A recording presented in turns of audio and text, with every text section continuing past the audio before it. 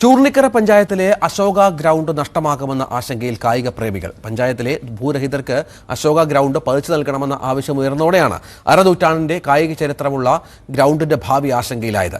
നിരവധി സംസ്ഥാന ദേശീയ കായിക താരങ്ങൾക്ക് ജന്മം നൽകിയ ഗ്രൗണ്ട് കളിസ്ഥലമായി നിലനിർത്തണമെന്നാണ് ആവശ്യം.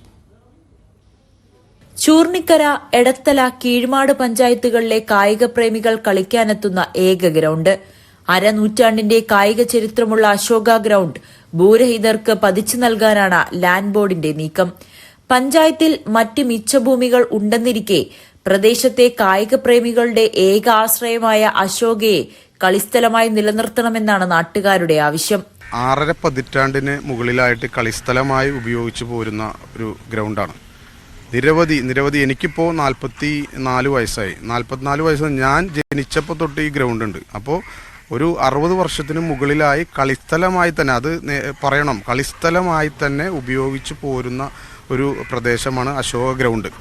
90കളിൽ ഈ ഗ്രൗണ്ടിൻ്റെ ഒരു വശം കുന്നും മലയായിരുന്നു. അപ്പോൾ മുട്ടം ഭാഗത്ത് നിന്ന് കുടിയൊഴിപ്പിക്കപ്പെട്ടവരെ അധിവസിപ്പിക്കാൻ വേണ്ടി അന്നത്തെ 25,000 രൂപ നാട്ടുകാർ പിരിവെടുത്ത് ട്രാക്ടർ ഉപയോഗിച്ച് ഇടിച്ച് നികത്തി ലെവൽ ചെയ്തിട്ടാണ് ഇപ്പോൾ ഉള്ള ഭൂമി, അതായത് 3 സെന്റ് വീതം അവർക്ക് കൊടുത്തപ്പോൾ നമുക്ക് ഈ ഗ്രൗണ്ട് അന്ന് വിട്ടുതരികയാണ് ഉണ്ടായത്.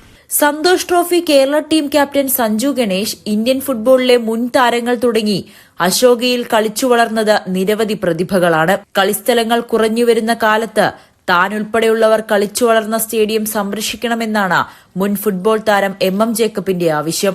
ഈ തവണ സന്തോഷ് ട്രോഫി കളിച്ച ക്യാപ്റ്റൻ സഞ്ജു അവിടെ നിന്ന് കളിച്ചു വന്ന ആളാണ്.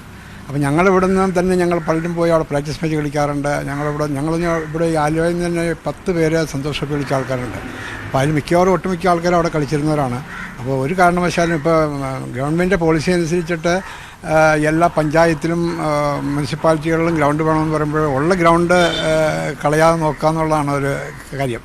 അശോകയെ കളിസ്ഥലമായി നിലനിർത്തണമെന്നാവശ്യപ്പെട്ട് CPM ചൂർണിക്കര ലോക്കൽ കമ്മിറ്റി മുഖ്യമന്ത്രിക്കും പരാതി നൽകി. News 18 കൊച്ചി.